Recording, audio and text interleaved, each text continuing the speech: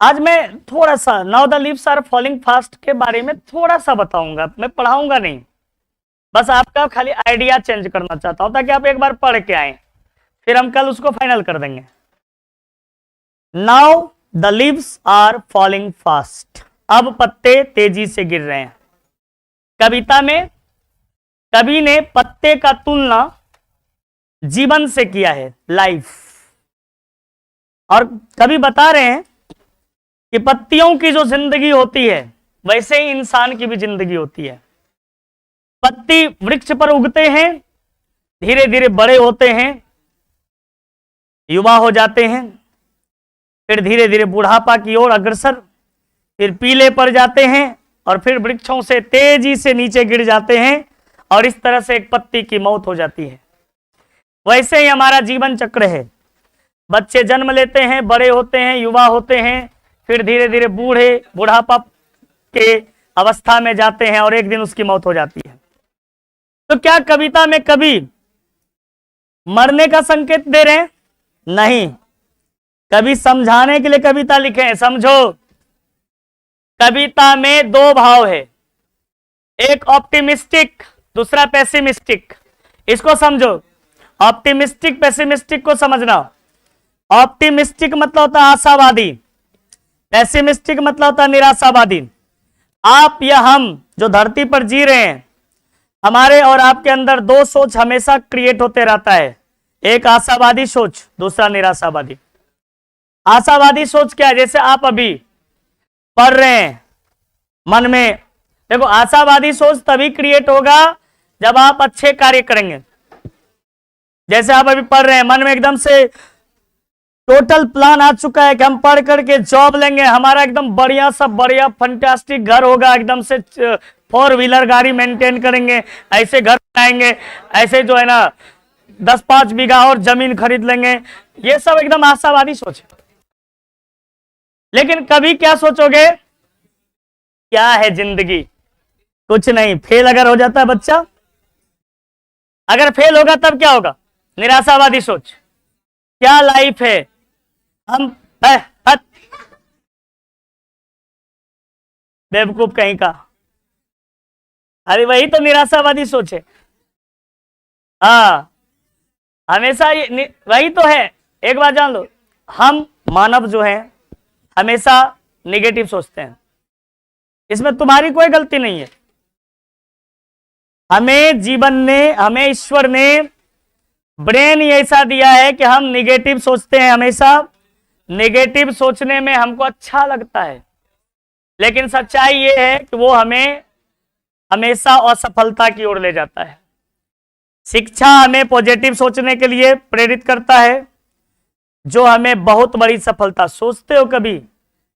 सोचो, पॉजिटिव सोचो कि एक आईएएस हम बन जाएंगे तो क्या रुतबा होगा, कितना मजा आएगा जिंदगी में, क्या पावर होगा मेरे पास। पॉजिटिव थिंकिंग,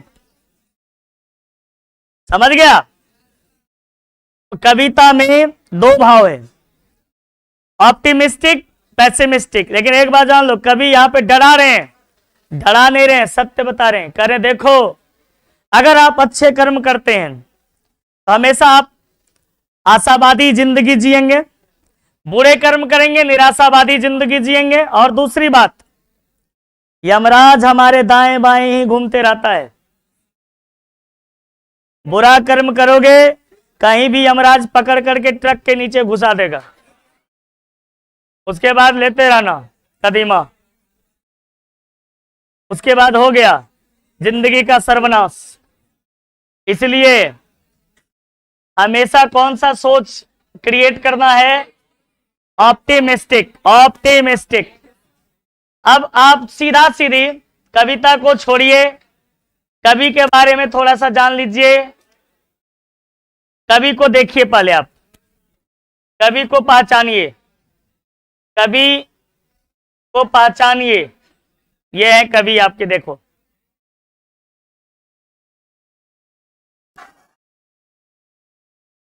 अब कवि के बारे में जानो, मेरी बात को गौर से सुनो, याद होगा।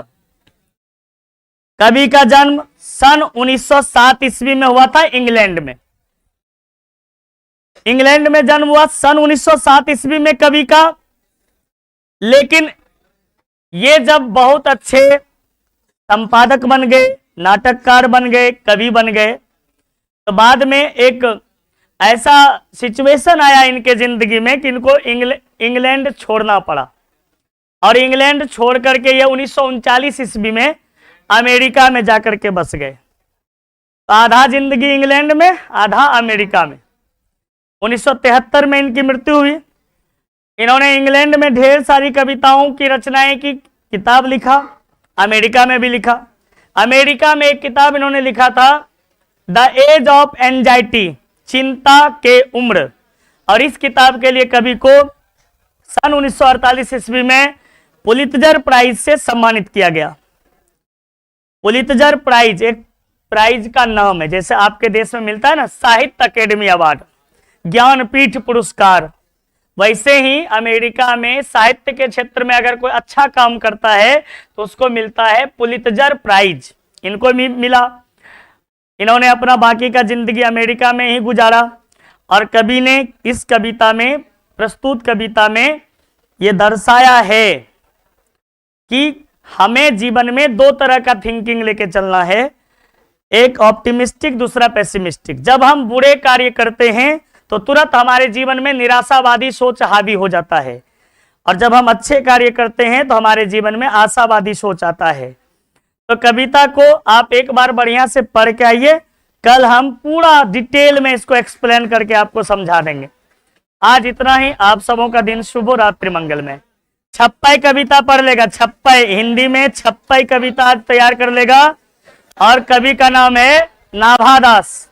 नाभादास की रचना है छप्पई। छप्पई कविता तैयार कर लीजिएगा। वंस अगेन आप सबों का दिन शुभ हो, रात्रि मंगलमय।